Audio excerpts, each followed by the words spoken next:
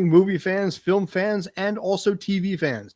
This is Scott Churchson, Mr. Robert Leckington, and of course, Mr. Ryan O'Regan. Down there, so I do this right. And this is Tales from the Film Set, bringing you our personal experience when it comes to filmmaking, TV, movies, social media, and everything pop culture and cool. We got a whole big bunch of things that are going on right now that we're going to be breaking down and talking about tonight. We've got Master of the Universe, Part 2, Revelation, Regurgitation, depending on how you want to refer to it. The first half obviously did not go very well. Cowboy Bebop, a breakdown between the live-action one on Netflix and also the classic anime one from the late 90s. Possibly, if we get the time, we're going to be talking a little bit of Jurassic World Dominion, Jurassic Park number 6 at this point. And, of course, as always, Mr. Rob Leckington's basically indie breakdown on indie movie fails, his personal experiences, and basically when it comes down to it, really dumb shit he's personally seen on set. As always, this show is available on Twitch TV. It's available on Twitter. It's available on Instagram. It's available on pretty much everything Tales from the Film Set and on. Now, Ryan, you had said right off the bat that you had a video that you wanted me to play from JT. JT is actually out tonight because he's got to get up at the real crack of stupid tomorrow. So I'm going to basically start that off. I don't know how well the audio is going to play, but let's see what we can do. By the way, how you gentlemen doing? Oh, I'm fine until you watch the video. Right. Oh, good. Oh, yeah. By the way, for the record, I have no idea what this video is going to be. This is going to be great. Well, I am really looking I'll give you the proper Tonight Show setup. So this is a clip from a live stream that JT did over the weekend in which he had seen Ghostbusters Afterlife. Okay. And go ahead and play the clip. Is it safe? Is it safe to play? That's the I was going to say, yeah, are we going to be... There are no spoilers as far as the movie is concerned. Okay. No. Does it have any foul language? Not oh in God, the there it is. He hesitated. All right, you know what? Screw it. We'll just roll with this thing. So, all right. There he is. This video is about Busters Afterlife. Now, I'm not really one to do these after movie reviews. This is something more for more popular people. And Ryan Big O'Regan, who is also popular. And I just realized I separated him from popular people. And he's probably going to punch me next time he sees me. I am very sorry, Ryan. Anyway. So basically, okay, so right off the bat, you're getting dissed on by, the guy that you've known longer than pretty much anybody has. So congratulations, Ryan. You're not popular. Obviously, I know that in the grand scheme of things, nobody knows who I am. Technically, very few people probably know anything about me except for the microcosm that we have here in Jersey. But the man who helped me get into independent filmmaking and acting in this state, the man who has helped me work on films and collaborated with me on podcasts before, like a knife in my heart, he's done this to me. So basically, it's like an A2 Brute kind of a thing, or no. What was that line? Brutus on me. Yeah, what was that line from Godfather? It's like oh shit, what was the line from Godfather? Which line are you talking? Basically, I was like, you let me down? No, fudge nuggets. Oh, right. Okay.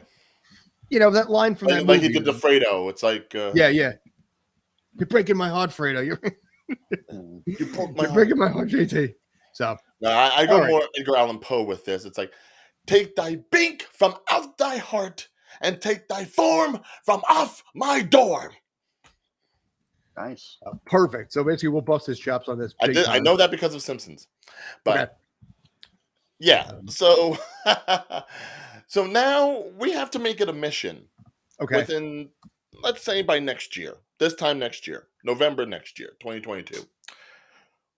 I have to make it my mission to become popular so that I can just put it in JT's face. It's like, do enough people know me now?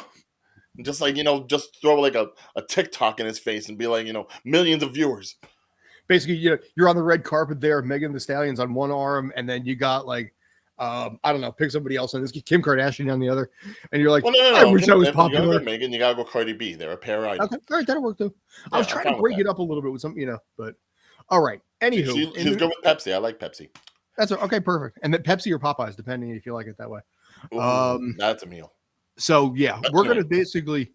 There's been So a lot whenever of JT finally does get back on the show, Yeah. and in this case, he may not after what he just said. So I mean, it depends on if I see him. I mean, I have some Yeah. brass knuckles if I have to, sure. But oh, cool. if he does show up, I will give him the opportunity to properly apologize for Oh, such a Mr. Dramatic. Jeez. Yeah, I know. Yeah, Yes, Mr. Dramatic. heart, I'm an oh my actor. You should know this. yes, I This is not hyperbole. JT. Why did you do this to me? Hey, if I gotta go Shatner, I will go Shatner. I will go full Shatner. I will There wear you go. a cummerbund if I have to, just underneath the Hey, shirt. you know what? Give Shatner credit. As we eventually, at some point, get into Master of the Universe here, give Shatner credit. It's a 90-year-old man that went into space. He didn't look great, granted, with what he was wearing, but that is a 90-year-old dude who just went into space, and that is really badass. Him and Buzz Aldrin, man, they're the only two that can do it. Yeah, but it's funny with Buzz Aldrin. I mean, if you ever saw him on 30 Rock, he's like, "Moon, I own you. I was on you."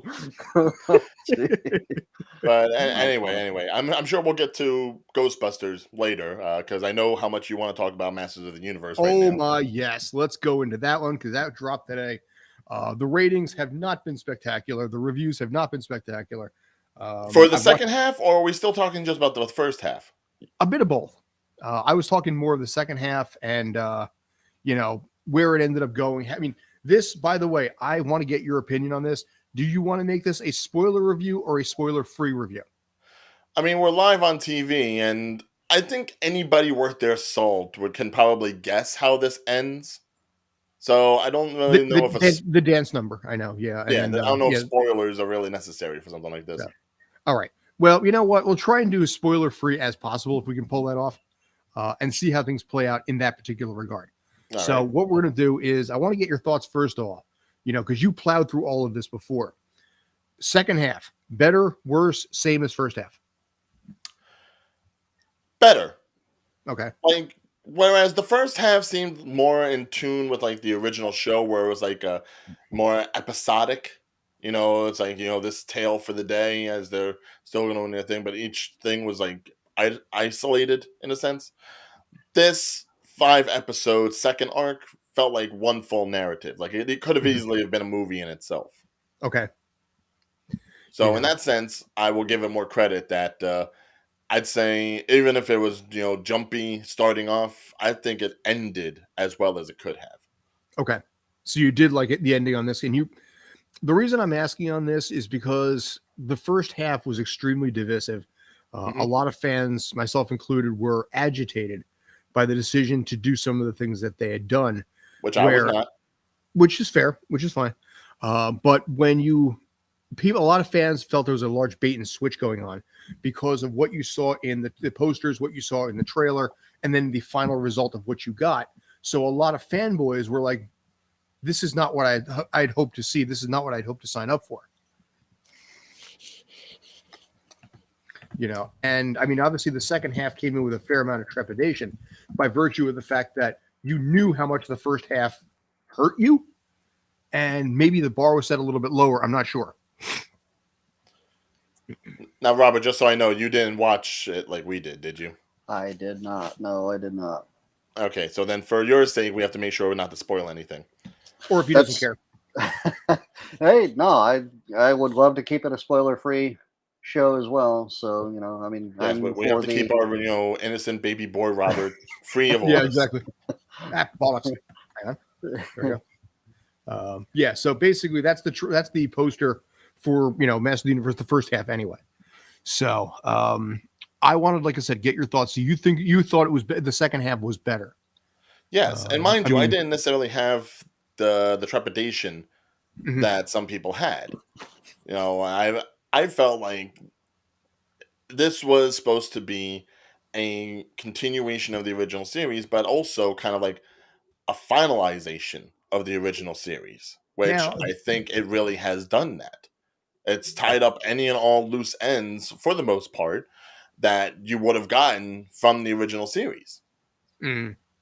And the So fact that people are saying, "Oh, well, He-Man's not the primary character," I think they say it in the last episode of the whole thing that we got. There is a line where He-Man does say, "It's not about us," Mhm. and I think that pretty much hits correctly because when you're looking at the main characters that are being played into it, whether it's He-Man, whether it's Skeletor, whether it's Evil Lyn, whether it's Teela, whether it's Duncan, everyone Mhm. has their own individual story to tell and their own ending that is required. And I think that's what you really had to get with something like this.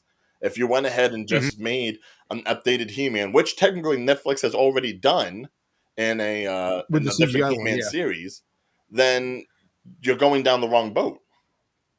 Hmm. Hmm. Yeah. But my question to you in this particular case is, you said you think this is a better one than the first half. Do you think because of the fact that you saw what the first half was, the second half was better by because of that, or had you watched it all the way through, straight through, without having seen any of it, would your opinion be different? That's a little bit trickier. I would say if you're someone who has held off on watching it, and then you Mhm. go ahead and you start from episode 1 all the way to episode 10, um, I think you might have enjoyed it more. I think the fact that we Okay. had these first 5 episodes that really, like, shook so much up and then left so much unanswered at the end of the 5th Mhm. episode, I think that kinda really irritated some people, more Mhm. so than anything else. Had they just put out all 10 at once, I think if you saw it from beginning to end, much bigger crescendo. Because you didn't have that cliffhanger at the end of episode 5. Well, because then I think it's a little more fresher in the mind about what they were trying to lead up to. You know, Mhm. like I understand Netflix wanting to go ahead and do this whole thing where it's like they put out like one half of a season now, as opposed to just Mhm. the whole season. Or they've actually started doing things episodically on Netflix, so this way you build up a little attention. You want to come back again rather than just be on Netflix for a few hours and then not come back again for like what 6 more months. They're trying Yeah, to get people to get back onto the platform more often. I I understand that, uh, but personally speaking, though, I would much rather watch, episodically, like once a week. I wouldn't want to see Okay. binge watching shows. To me, is like it's kind of a waste for me. I think only because after you're done watching it, then what? Mm. So something like You want to have this. something. You want to have something to look forward to every single week, Yeah, kind of thing. yeah, yeah. definitely. Yeah. And unfortunately, that relies on the viewer. It's the viewer's more impulse control issues about, okay, I'm just going to watch a couple of episodes and Yeah, then I'm going to do yeah, something else. yeah. Not me, man. I'm And like then the before you know it, they're, waist high with their blanket and just like, all covered, huddled over, watching like their 6th hour of television. It's not good. yeah. But what was curious about this, and I want to pull something up here. Now, this is straight off of IMDb.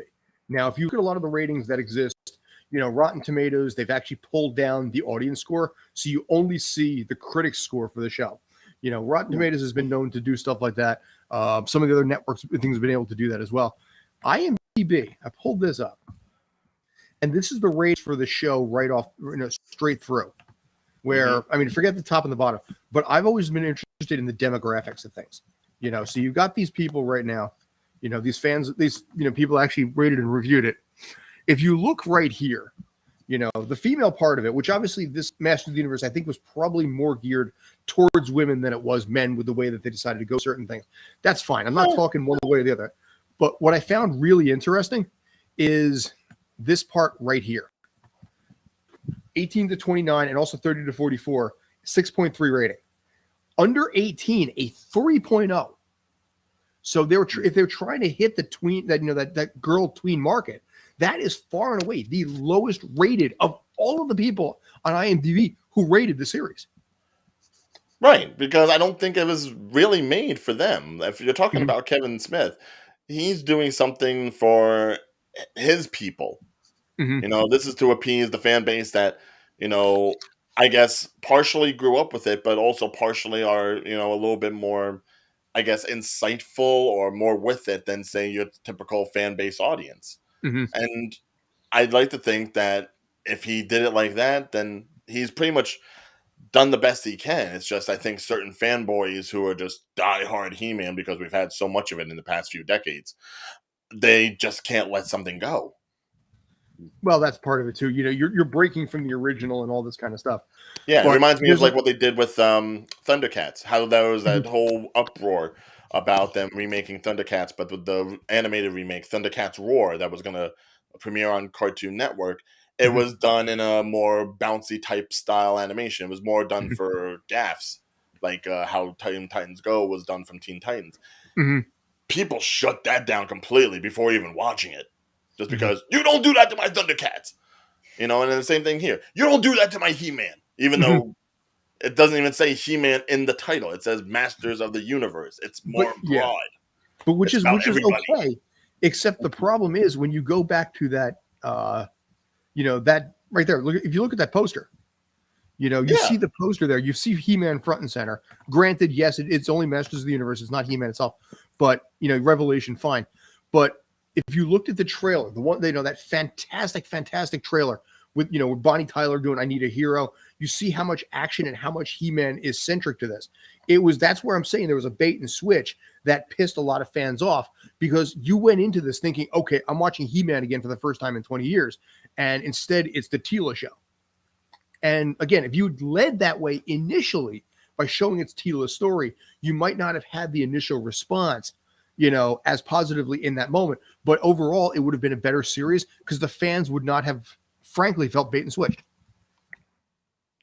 Well, see, I look at that poster and I'm like, that is complete old school. It's like if you Mhm. remember the back when the figures came out, when they had Oh like yeah. the animated comics, the comic books that came along with it, the art style of all that. Mhm. That is all pulled from that. That's why some of the characters look almost like picked from the toy aisle. Mhm. Like I hate to say it, but No, in the you can second say part it. of the series, they bring in Fisto and Mhm. Clapchamp, Mhm. and my God, they're so like figurines. Oh Jesus, they didn't get Yeah, updated really. at all. I mean that He-Man right in the middle. I've got a He-Man action figure upstairs in the guest room, and it's exactly that. So like Right. I said, you went into that, but But I then you think got that's part of the thing. Like they did that to play on the nostalgia, to bring yeah, people back to like, hey, you remember He-Man? If you don't remember He-Man, this is what it was. yeah, and then And of course before they just showed you, now this is what we're going to finish with. mhm, So I I mean, mean, you can't really fault them because if they went ahead and tried to push it as Tila and Masters of the Universe or something like that, I don't know if it would have grabbed as many eyes. yeah, That's and the that's where whole draw. That's the whole draw. You want to get people to watch the film, so the people that haven't seen it in years, they're gonna like see the poster and they're gonna be like, okay, this is what I remember. This is what yeah, I want to see. And of you course, know, it's a bait and switch, but then you got to deal with that as it comes. But you know, but it's hurt. I think Kevin Smith's legacy as a geek because of what's happened. I mean, he's written comic books before. He has been the self-proclaimed and admittedly by society, the comic book geek, the fan guy. And then a lot of the fans obviously are hurt and angry because one of their own kind of came out with something that was not what they wanted. My question to you guys, both of you guys, is do you think that's going to hurt Clerks 3 when it comes out? personally, I I'm don't see thinking, that yeah, I'm gonna simply say because I think the people that are waiting for Clerks 3 are a different animal than the Mhm. people that were waiting for a revival of He-Man. You're Mhm. right. talking like a whole different generation, I would say, in some respects. Mhm. I think you're talking about like, Gen X versus millennial at that point. Mhm. And I think you're going to get like an older, more sophisticated crowd that's probably going to want to see where Clerks 3 actually goes because they've been following since the 90s, since the beginning. Mhm. And, Clerks has always been more of like, the heady independent filmmakers sort of, the guy dressed up from the bootstraps sort of like filmmaking. Mhm. And I think that's real. It's really like you could look at Jay and Silent Bob, you could look at Dogma, you could look at all that stuff and how it's just kind of like skewed in different directions, but everything still along the line. Clerk, even Clerks 2 kind of Mhm. strands that line, and we know Clerks 3 is probably a little bit going back to the original. So I think He-Man, the people that care about He-Man that much, I don't see them caring about Clerks that much. Okay. In this case, I was just curious to get your thoughts on that because, and maybe it'll cause a bit of a problem, when it comes to it. But like I said, when it comes to IMDb, hit the wrong button. Well, IMDb has always been a different beast because it's like the one where it's only people who have or have not watched it. It's pure audience based. Like critics' reviews on there barely mean anything compared to like the mass amount of audience people that go on. Yeah. So the regulation is like nonsense. Yeah, Reddit's also good that way as well. But the five, well, no, I mean, listen, Reddit is a little more honest as far as what people think it's, basically what they want out of it. Now I have not looked at the Master of the Universe subreddit, so I'm not sure where things are at with that. But it's avoiding the critic response. Like I said, the critic score, last I checked, was 98% on this. But if you look at IMDb, where I just highlighted there, on almost 23,000 reviews, it's a 5.1 rating. And that's across a ton of different demographics. But again, that's probably the kind of people who went ahead and review bombed Ghostbusters 2016. It's the same Wild West out there. Now, if you're telling me on Rotten Tomatoes they've got it in the 90s, and these are people who have actually probably watched the whole thing and they can prove it that they've watched it, then I'll believe that a little bit more. Okay. Well, Rob, you got any thoughts, comments, ideas, compliments, complaints, arguments? What Ryan said. It's like, yeah, that thing. But blast off on this and just be able to prove that before we move on to the next thing, which I forget what that was going to be. But as you can see right there, that Rotten Tomato score is in fact 98%. Right. So, out of how many reviews? Just out of curiosity. Let's see. Score details. Does it say? Actually, no. You know what? I don't know if I can do it that way. How would I do this? 94% on that one. Go away.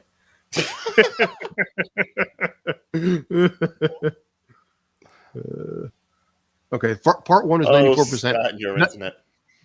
I know. 47 reviews on the first part anyway. So wow. And the second part was 39. That is stark. Yeah. And also additionally, the second part was a straight 100% on critic review. Damn it. So right. Well, of course, that's obviously newer. So yeah, it's going to take some time for that to show up. Yeah, but in this case, like I said, it's a full 98%. That's pretty damn high. We need that one meme. It's like, the critic score of Revolution is too damn high. There. But I have to side with the critics on this. I enjoyed it. So okay, and that's okay. I don't know how you feel about after watching it all, Scott, but I was more okay with part two than I was part one because again, part one caught me off guard. Part two, it's like, okay, I'm aware I was caught off guard. Now let's just kind of roll with the story a little bit. I wasn't like morbidly pissed off. A lot of fans were just like, oh my God, how could you do this? But I was like, well, that's not expected. And it's like, Adam came back. Okay, well, they're going to bring it back. Nope, they're just kidding. The guy dies more than Krillin here. Or Yamcha. Wow. Yeah, I know. I went there. That's evil. I know. But not as much as Yamcha. Exactly. You know what? Yamcha gets too much hate, man. I was a fan of Yamcha. He deserves more. He's arguably the best looking guy there. He's in good shape. He can still fly, shoot energy, But anyway, irrespective. This is, of course, Tales from the Film Set. We will be talking some sort of tale from the film set, which we're going to probably move in that direction in a second. Before moving on to what was the next thing we're going to discuss? Rob, you're dead right. I need Cowboy Bebop or Ghostbusters, either one of the two. Cowboy Bebop. Since we were talking independent film, it would be good to segue over to Robert. Yes, and that's exactly where I was going with that. So basically, by the way, you can find us also on Twitter at Film Set Tales, on Twitch at Tales from the Film Set, and Instagram as well that way. So, Mr. Robert Leckington, I am opening the floor to you, sir. Give me some stories. Give me some stuff. Yeah, I just was thinking about, recently about my most recent short film that I shot and how, it was fun to do. We did it a couple hours. I set aside a couple hours time. We were able to get it done quicker than that. One thing though that I did find kind of difficult was trying to wrangle in, the talent and everything when I'm dealing with people that were like committed and then they didn't show up, and then the last second I have to kind of try and get somebody to fill in that slot and everything. And I had that happen. It was hard to manage, but we were able to get it done and it came out great. I mean, couldn't ask for a better person to fill in. But it was when you're dealing with independent film, you're either producing or directing, and for that matter, you're going to come across issues like that, and they're kind of difficult to manage. But if you know what you're doing, you're able to get past it, do the best that you can to move on. But yeah, I mean, being on an independent film set, it's not as easy as people think it is. I know that JT probably has had his issues and things like that. Ryan, yourself, I'm sure. And which film was this, by the way? This was my 5 minutes alone short clip that was written for me by a manager. Okay. But yeah, it was just I wanted to film it because it was a great scene. I had people lined up. Of course, the one person didn't end up showing up, but I was able to get a local person because we shot it in Greenport, Long Island, which is way out east on the North Fork. My buddy. Is that past Comer? Oh yeah. I mean, this is like you got Orient right on the tip of the North Fork. Okay. Greenport is probably, I don't know, I'd say about 5-10 miles west of Orient. So it's basically right out on the North Fork tip, basically. But yeah, and that was my friend Scott had gotten, he gave me the tip and told me that they're real nice out there. You're, for the type of scene that we wanted to do it in, it was nice to at least be able to talk to people that were willing to help out and work with you and that kind of thing. And so the location was pretty easy. It took me a while to actually locate a place, and with Scott's help, I was able to find it. But yeah, I mean, there are challenges that as a film producer or director you have to get past. And I hate to interrupt, but there was something I wanted to ask about. I wanted to touch on with your story. You said someone didn't show up. Yeah, so I had this person who was committed a couple of months before, but I mean, to his defense, he was actually coming from Saugerties, which is up near Albany, New York. Jeez. Yeah, so for him to commit to drive to Greenport, and then at the last minute say that he wasn't going to be able to make it. Yeah, there you go. Yeah. See? Pointing out where Greenport is, all the way at the very tip of Long Island there. Yeah. And Albany is roughly in the middle of the state. Exactly. The main body of the state. Albany's basically up, past the screen up there, like kind of where you see the X in Google Maps up there. Right. Well, I mean, granted, coming from that far of a distance and everything, and then, at the last minute saying that you couldn't make it. I mean, to me, if you say you can make it, as a filmmaker, I'm going to kind of rely on you to show up kind of thing. But at the same time, anyway, so we were able to get somebody that was local to the location, and they were able to fill in and did an amazing job. My film, 5 minutes alone, I play like it's like an irate sort of 10 item or less line guy. I'm kind of heckling these people that are coming through my line and everything. So it was real fun to do. We found we found an IGA that was willing to help us. It was, they close up on the weekends during like the off hours because or the off season, I should say. It's like during the summertime is when that whole area is just like thriving. You know, you got people that come out from New York City Mhm. that vacation, basically either in the Hamptons or they come up north to that area where there's a lot of beaches and things like that. So, but during the Yeah, winter like how we time, have Seaside and everything during the summer. exactly. So, you know, and then during the winter time or the fall for that matter, you know, people they go back to home, you know. Mhm. So Yeah, I go in back. this case, yeah. So in this case, you know, we shot it in mid-November, I think it was of Oh, 2018. ooh, Yeah, it was actually that's cold out there. it wasn't that bad though. It was like Okay. they closed up shop at around like 8. Yeah, I think it was about 8 o'clock. We got done at around 9:15. Okay. You know, we were gonna shoot until about 9:30. Uh, they were real cool about having like as long as I was able to at least help out with certain things. I mean, I ended up like paying the night manager a Okay. little bit of money to basically I paid him to be a background actor to be in the film kind of thing. So, but You know what? yeah, no, It might have been neat for the guy because he's never done it. Maybe he never did that before. exactly. So yeah, give people opportunities. That's what I'm thinking. You know, Fair. but yeah, I Oh, good for mean, him. Yeah. as as a filmmaker, there's always going to be issues that you have to overcome, and you know you got to fix it fast, or you know you have to come back, and you waste money in that way. I think. I don't know. What do you think, Brian? You ever? Oh, I mean, the guy was being paid to come all the way from Albany over to Long Island. Yeah, I was definitely going to pay him. You know, Oh, and see but that.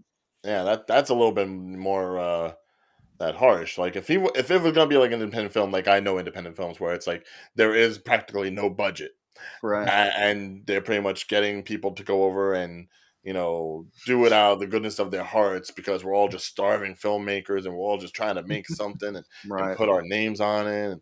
And no way, no one's gonna come from that distance. But yeah, if you already have somebody that's coming over who's like, it's a paying gig, right, then yeah, you really have to weigh the pro con on that right, because if you're going to go out there and by the time you finally get home, your money is wasted in gas tolls and whatever yep, other services, then it might be a wash. But I mean, if you're agreeing to go out there knowing that there wasn't going to be any pay, then you are already in it for the long haul because you want to be a part of it.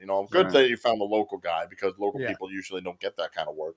That's true. Actually, it reminds me of something that happened to me when I was making my first film. Mhm. I don't know if you've seen Trip. I'm pretty sure Scott has, Yes, I but I know. don't know if you have.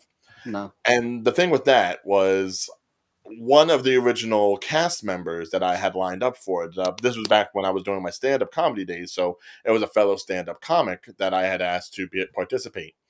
And I needed him on set in order to read lines off screen to me, so this way we were able to get the timing and everything done. okay, Unfortunately, he wasn't able to make it. And there was like, there were two important scenes, two different locations that we had to go to in that day, and I didn't have him around. So it was one of those things where it's like, okay, so while I'm filming, I just need somebody to read stuff off screen. So I had my film guy, my backhand guy, Bill Drummer, Mhm. who was fantastic. I am Bill's so an awesome human funny. being. My Yeah, God, I funny love enough, that guy. the guy who dropped out of the film, the guy who wasn't able to make the stuff, he's the one that introduced me to Bill. Okay. So okay, while he wasn't able to participate in the film, it's because of him that I still got the film made because he introduced me to him. right. Mhm. And Bill was just perfect all over. He helped Oh, out he's with a everything. great human being. I love that guy. Well, that's the Right. thing. Anytime you've worked with Bill, remember, I'm the one that brought him to Jersey. I'm the one that brought him Thank into the you. mix. Yes. So I And had actually, Right. Bill help me out with that. And then it was, came the next week and I had to film another scene thinking, okay, well, we can do his stuff in voiceover. We can do that after post. That's fine. I still need him on screen to work against me in the apartment scenes. Okay. Couldn't come to that either. Hmm. So now I'm like thinking, okay, well, I need somebody to play the second person in this. It's like, who the fuck am I going to get? Right. And I'm saying fuck because we're Twitch, but it's fine. I don't care. because it was stressful. It was like my first time making a film, and like my main second banana character was nowhere to be found. So I Wow. actually had to call in a favor to my boy Rocky, Rocky Freda, and while he agreed to help with some of the background stuff while we were playing in the park, he also agreed to be the other guy. Now, Mhm. he was pretty much, he never said the script. He was reading it offhand. Like, we were literally reading it to him right before the camera rolled. So this Mhm. way he was just pretty much repeating. He wasn't even like Mhm. barely acting. He was repeating the lines as we said it to him in Right. order for things to progress. And you know what? It may be the only movie he ever does, but he helped me out so much. Like Yeah. like because I knew him well enough, it worked naturally. Nice. So Nice. it's one of Yeah. those things where I don't know if I would have necessarily gotten that same kind of acting or that same feedback from somebody if it had been a stranger or someone I barely knew. Mhm. So sometimes when you're in a pinch, those little things that you find, it's almost like kismet. It's happenstance. It works out that well.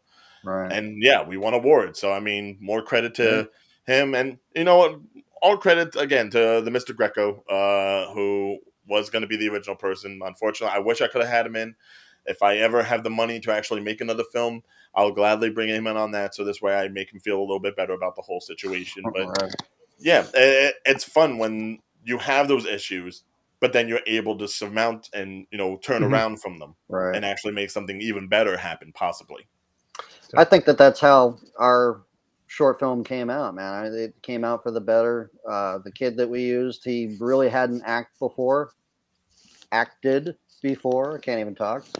But yeah, I mean, for him to just show up and then, on short notice of, again, I owe it to my friend Scott. He Mhm. was able to at least call on somebody that he knew in the area to fill in, and we banged it out, man. It was awesome.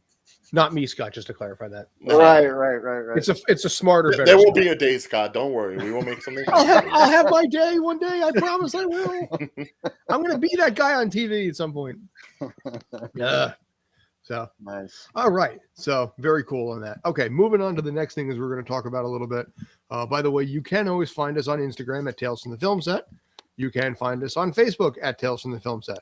You can find us on Twitch at Tales from the Film Set. And also you can find us on Twitter at Film Set Tales. Nice. Because Really? because, You couldn't get it for the last one? Twitter only allows 15 characters. So decisions had to be friggin' made here, Yeah. Oh, I'd say use the initials. I'm Mm. stuck with it now. It's fine. We'll deal. We'll Switch it. manage it. Honey, we'll be fine. Don't worry. Okay, fine, Chad. But all right. So we are moving on at this point. I did want to talk about this one especially because a couple hours ago I decided to go back and watch the first episode of Cowboy Bebop anime and then of course live action as well. Now, admittedly, I have not seen all of the Netflix version of Cowboy Bebop, but I want to go into this a little bit more detail because I wanted to get a breakdown. I know JT had seen all the way through that one. Ryan, how far did you get? I watched it all. Okay. You should know by now that if it's going to be something like this, I have no life. So I'm going to be watching. Come next year when I actually get some more acting gigs and I'm more pursuing it, sure, Mhm. I may not be available to watch everything. But for now, I am a couch potato for your viewing pleasure. And that, you know what, we will put you to work on that because we will be doing live stream reaction, commentary, and responses to a myriad of different things, which I'm going to talk to you guys off air as soon as this is over, setting up and just rolling with various things like that. But for another time, we'll work on that. I wanted to get your thoughts on this. Like I said, I've only been through the first episode, but by comparison, I deliberately went back and watched the first episode of the anime from the late 90s just to do an apples to apples comparison. And to me, the Netflix one feels like a fan film or a fan project. I want to get your thoughts. I can see how you would think that. Yeah. I think the casting is phenomenal. I love John Cho. I love everybody who's involved in that. I think it was a great choice to have the look. If you can see the side by side, it works really, really well, I think. But it felt like a YouTube fan film, a well-made YouTube fan film, but a fan film just the same. Well, I mean, obviously there are budget constraints because you can't do too much in space. If you do, you're going to run up the CGI. And obviously Netflix is not great about that. We're talking about the company that goes ahead and will make a season or two and then cancel the show because that's all the money they want to put into something, regardless of how good it may be. So I'm not surprised by that. But I'm thinking, have you watched The Witcher at all? I have not. No. That's Okay. usually not my demographics. Huh? The thing I'm getting from Netflix doing these live action adaptations is that they're kind of going the Rob Tapert, Sam Raimi view, Hmm. where you had like Hercules and Xena and a lot of like the WPIX Channel 11 spinoffs that we got back in those days. Okay. They're Yes. really going along that line where I think they're trying to infuse a little bit more natural dialogue, a little bit more humor, something a little bit more palatable for people that they can get the regular audiences into it outside of just the hardcore fans. Hmm. So, in that respect, I see what they're doing with the show. Hmm. Now, have they made some drastic changes? Absolutely. Yes, But they have. again, this is not necessarily a retelling of the original series because if you do that, you have the original series to work with. Why do it step by step, page by page, like you already have? If you're going to do an adaptation, you have to make changes in order to make it stand out. Yeah. Now, Otherwise, people complain it's too close to the original. yeah, it goes back to like that You whole can't, there's no Psycho line to remake. tell on that. Yeah, but I think for what they did, for the most part, I think they did pretty well. Trying to Okay. infuse a little bit more lightheartedness, a little bit more modernization. Um, Do I wish they could have stuck to the original story a little bit closer? Hmm. Maybe, especially around the end of the season. But it'll be interesting to see where it goes, Yeah. provided it gets a second season. I don't know if the fallout will warrant it. From my understanding, Netflix doesn't care about Fallout. They are actually more in the area of dictating what they want to have on the air Well, yeah, because they know. between He-Man and Dave Chappelle and now this, it's like, Yeah. boom. Yeah, like I said, they're more interested in what we want to put out there. Supposedly, it has already been picked up for a second, possibly even a third season as well. And at 10 Wow. episodes a clip, it's not. Yeah, I mean, you can do a lot with it. My question is you had a series that originally ran 26 episodes. What are they going to do at this point? I mean, are they going to start adding filler? Are they going to start pulling deviating away from the source material? Because that first episode, they pulled a lot of different story arcs into one. In my opinion, I think personally too many. I mean, I saw the apples to apples comparison with the first episode, and then they just started pulling things from other episodes to introduce characters and do all these kind of things. And you're like, wait a minute, this kind of this I'm willing to suspend, but there's too much coincidence going on right here. And Well, that's that's where the I had a thing. little It's bit of a challenge. obviously they're going to be. If you know the season finale, they are definitely going to be going into uncharted territory. Yes. And yeah, they are definitely going to be deviating from the original premise, which I think when they start doing that, when most Netflix shows start deviating from the original stuff, I think is really where Netflix stuff shines because then Mhm. you're getting a lot more of the creativity behind the people that make these things rather than just, the fan service and what the company says and everything. Because if you look at what storylines they did do in these 10 episodes, that's pretty much the whole of the 26 episodes you got in the original animation. There's like maybe 2 or 3 stories that they didn't touch on that they could possibly use for Mhm. season 2. Everything after this is going to be brand new, which really makes me want to see where they go from this because I think with an anime, the thing about anime, which a lot of people don't talk about, anime is usually done to sell the manga.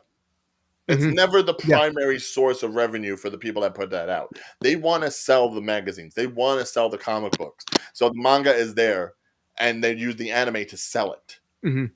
So anime is just a selling Frankly, point. vice It's never versa as actually well. the full of the industry. Yeah, to a lesser degree, the other way around too. But And to so you a have lesser something degree, like this where they made Cowboy Bebop, and they was just trying to like sell something else. It just happens that what they created probably surpassed the manga yeah, in many respects. yeah, But I and think this opens up a lot of territory for new stories and maybe even stories that never got put onto the screen to finally get a time to shine.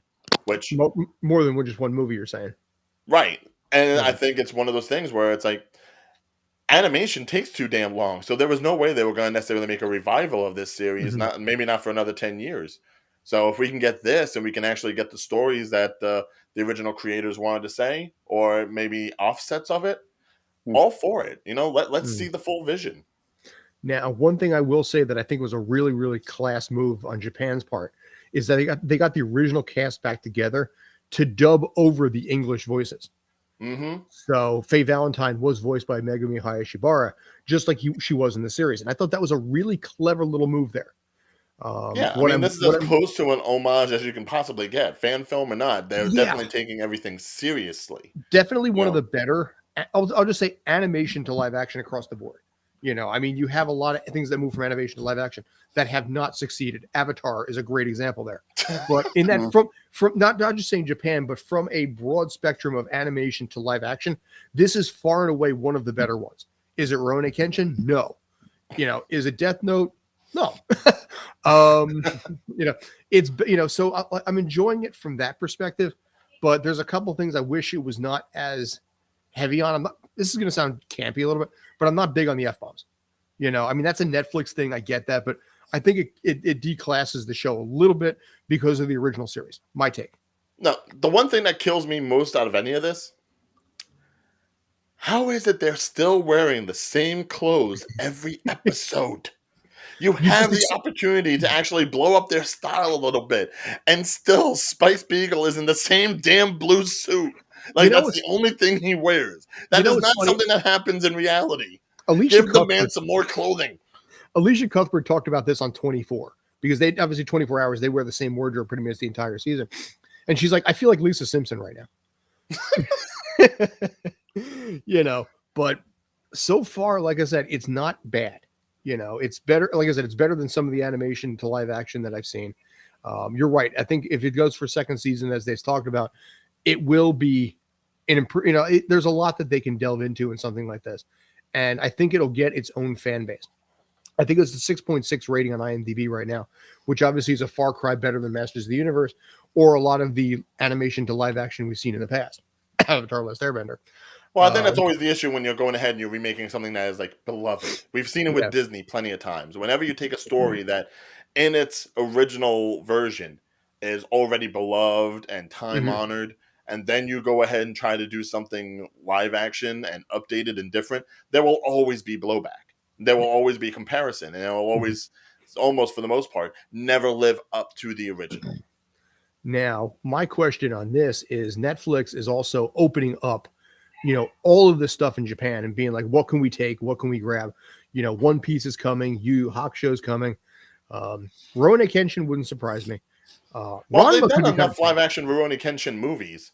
Yeah, but I'm talking like Netflix's version of that. Yeah. So, I mean, I don't know if, are they really doing Rurouni Kenshin, or is that just something you're mentioning? Well, no, I'm sorry. No, are they? No, I haven't heard anything. Okay. But because I feel like that would probably be less in their interest when there already is enough live action material out there. I'd say if you're going to go ahead and make a live adaptation, you do it for something that hasn't had it yet. Now, they're doing Gundam, I think, as more of a movie rather than a series. Like you said, they're doing Yu Yu Hakusho, they're doing One Piece. I'm almost going to probably hate myself for saying this, but I wouldn't mind another live action Bleach. They made a live action movie of like the original couple of episodes over in Japan. I would not mind a Netflix version of that, because I think the sword fighting would be outstanding. I think actually brings up a point here. The fight scenes here were not bad, but they felt to me like they would have been better suited if it was not if it was actual martial artists as opposed to John Cho. I felt like he was too choreographed with some of the stuff he was doing. Listen, he's in great shape. That, you know, I've never seen that guy actually rocking abs before. So his credit, he got in shape for this. But I mean, White Castle does wonders, man. Oh, exactly. Yeah, that White Castle. Yeah, what? 30 yeah. You know, and also, you know, the MILF diet from American Pie. That people forget he was in that too. I forgot he was in that. That's right. Yeah, nobody remembers that John Cho was in like the first 3 American Pie movies, maybe all 4. But he was the one that was in the MILF conversation, him and another guy. MILF. Yeah, exactly. He's like, oh wait, that's that guy. And then he goes from that to, like I said, now Cowboy Bebop, which, you know, this is I want to bring this up. This is what I find interesting. The other day I was watching Dodgeball on TV. Love the hell out of that movie. And there was a scene in there, if you remember Dodgeball, where Hank Azaria is there. And it's like, you know, he's Patches O'Houlihan, you know, dive, duck, dip, dive, dodge, you know. And I looked at it and thought to myself, He filmed that stuff in 2003, 18 years ago. Mm-hmm. You know, I saw him on set last week. I'm going to see that man again. I listened to him run his lines just as a joke as Mo Sizlak, because all these guys were sitting there on set. It's like, will you do a Simpsons voice? And it's like, yeah, which one do you want? You know, and because it's so nonchalant to the man. But I realized looking at this guy, he's 57 years old. He's been doing the voice of Mo and Chief Wiggum and all these guys for 33 years. His castmates are younger than the characters he's been voicing. And it was funny because a lot of the, like, do a voice. What do you want? And they're like, well, do Mo. He's like, all right, fine. So he does the whole Mo thing. It's so day at the office. So I can't say any lines. I'll get fired quickly, but he's just sitting there and he's running his lines and rehearsing his lines, talking as Mo. And it was and you see these guys who have accredited resumes that are just going, and just geeking the frig out because of the fact that they're watching Mo in action. And it's like, this is the guy who did, the Godzilla movie 24 years ago also. And you're thinking to yourself, this is the man who was in the birdcage. It's like, dude, shit, I'm old. Dodgeball came out in like 2004. Yeah. He shot that 18 years ago. It's like, oh my God, I'm old and useless. Oh man, yeah. I feel the same way, bud. Yeah. That's one of the benefits of getting old. You start looking at shit and thinking, oh my God, it was that long ago. And then you see all these people that are way more accomplished than you are at a younger age, and you're like, I fucking failed at life. How old are you there, Scott? 46. Okay. Kind of makes me feel about the whole Ghostbusters Afterlife thing. It's like, imagine those kids with Bill Murray and Dan Aykroyd and Ernie Hudson on the set. Yeah. Yeah. But in this case, they also knew who they were and everything like that. But I don't know. Yeah, Finn's got to be 15 or like 17 or 18 himself, right? 16, 17, I think, by now. He is 18. Oh, okay. Yeah. Good for him. He turns 19 a month from today. Wow. Yeah, I know. But McKenna Grace, I think, is still like, lower teens. So imagine like her in podcast, just. Yeah, she's 15.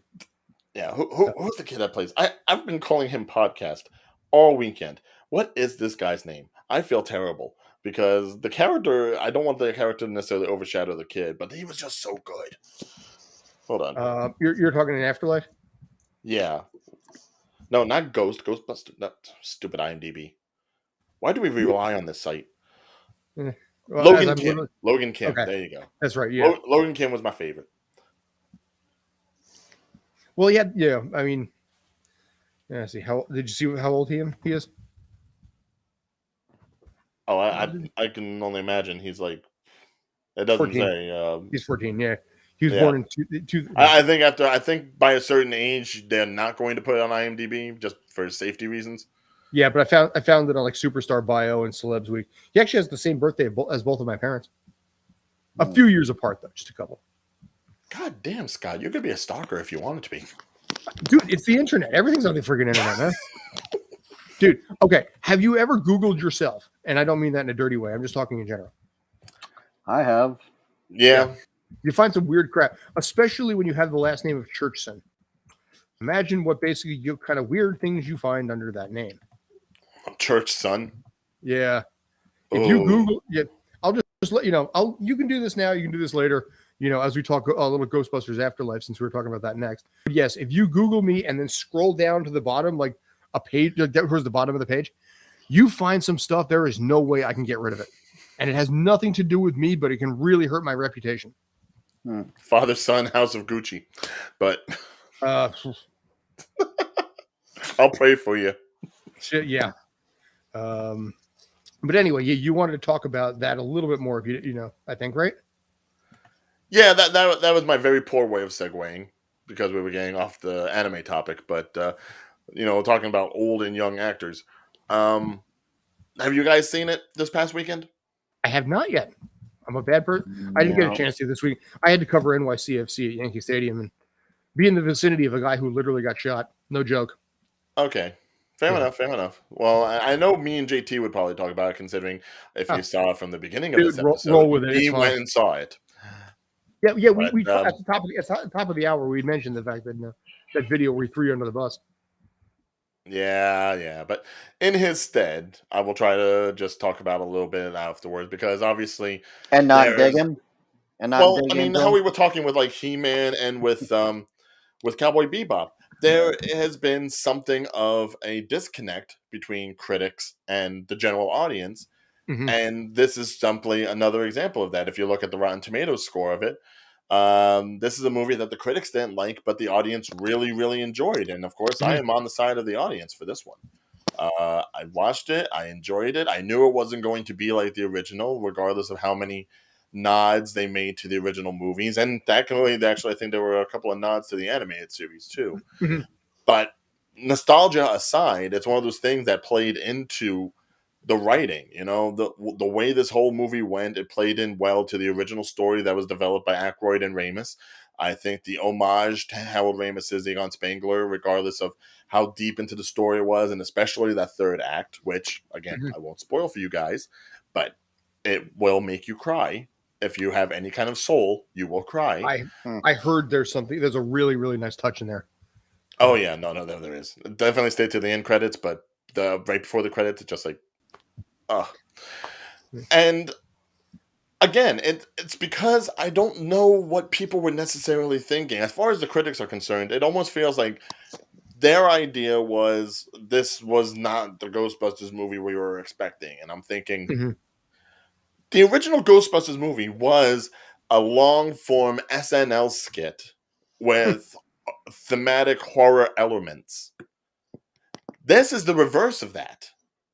This is an actual, dramatic sort of sci-fi horror sort of adventure film Mhm. with some comedic elements. And you can tell just from the casting that this is not going to be the same film. So Mhm. I understand that this is a movie that was made for this day and age.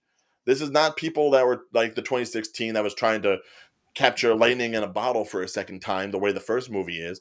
And it's not like Ghostbusters 2 where it's going to go ahead and try to build off of it and go bigger and more insane. It's It, nice, it's tight, it keeps everything in focus. it's a natural Did they do a progression. couple of Yeah. missteps? Sure, I'm but thinking it's a natural progression from the Mhm. previous two big absolutely, ones. yes. Oh, absolutely, it's a natural progression. This is the kind of sequel that you almost hope all other sequels can be for film franchises, rather than Mhm. being the bombastic second film that almost has nothing to do with the first one that we usually get. Sure. This fits so well. It tugs at the heartstrings. It tugs Mhm. at the nostalgia strings because of that.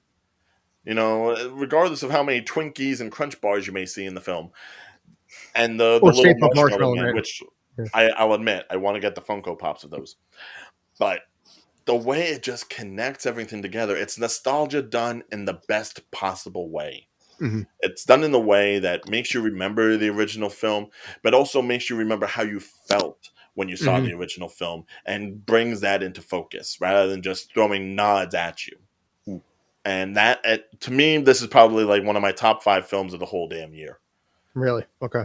What's Well, I interesting? mean, really, Okay. what have we had for the last year other than you know? Let's not sell the year short. Hey, We got a few movies that we should have gotten years ago, we got literally. Fast and the Furious 9. Okay, they went into space. No, don't give me that Fast 9 nonsense. No. Yeah. But easily one of my top 5. And mind you, we still have like all the Oscar bait that's coming out this year. I still haven't seen Tick Tick Boom, Mhm. which I'm sure is probably going to hit Matrix the coming out next month. theatrical side of me. And we have other family movies that are coming out for the holidays. So there may be some other things, but god damn, I will love to see this movie again. And I Fair haven't enough. said that about many films. Which is interesting because also I looked at the rating score on Rotten Tomatoes for the other films. The 2016 one has a critic score of 74%, Hmm. Right. and then And yet 53% for Ghost. The audience was 49% on that. yeah. And then basically going back to Ghostbusters 2, that was 15%. I'm sorry, 53%. I'm sorry. So I think it's just a matter of like the time and the place of these films, Mhm. really, when they come out. I think had Ghostbusters 2016 come out maybe years earlier, it might have hit a better stride. But unfortunately, it came out during the Trump years. So I don't think it was going to get a fair shake whether it came out in 2016, 2017, 2018, or 2019. All right, now I don't know. here's the Leslie Jones. question, though. Here's the question, though. What about last year during the pandemic? If they had made Ghostbusters Well, if they'd 2016 and it came out last year, premiered it, if they'd premiered it, If they went directly to HBO Max, it might have been okay, or something like that, which, you pay for a download $10-20, whatever it is. right? there could have been a difference. I would say there definitely could have been a difference. I don't know. I mean, Leslie Jones blamed Trump for the fact that they were coming out with another Ghostbusters movie.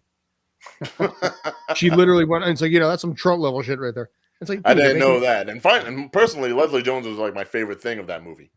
I loved her more than any of the other characters. But I just enjoy Leslie Jones, period. So Melissa McCarthy doesn't really move the needle for me anymore.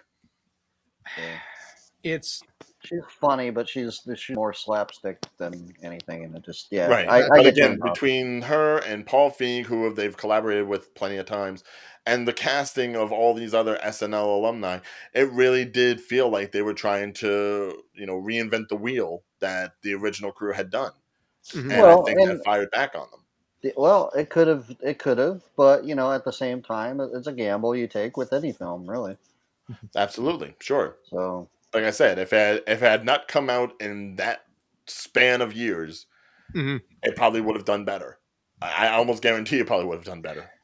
But we're living in an age now where people are just too opinionated. Well, but the important thing is that basically you have an opinion, and you don't change your opinion. You stay to that opinion no matter what happens, no matter what friendships are lost, no matter what basically does to the family. You keep that opinion because that is what you are all about. Give me my opinion or give me death. Yes, a closed mind makes a very strong fist. Ooh, that's totally true. Just now, a closed mind. What was a closed mind makes for a strong fist. Something like that. No, I'm gonna have to go back and watch the video and see if I said that right. I just whatever that was. I came up with a T-shirt right there.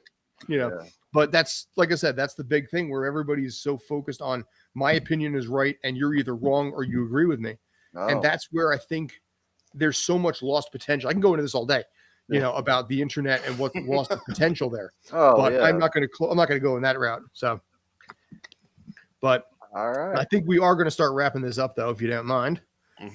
Before I wrap this up, do you gentlemen have any final thoughts or ideas?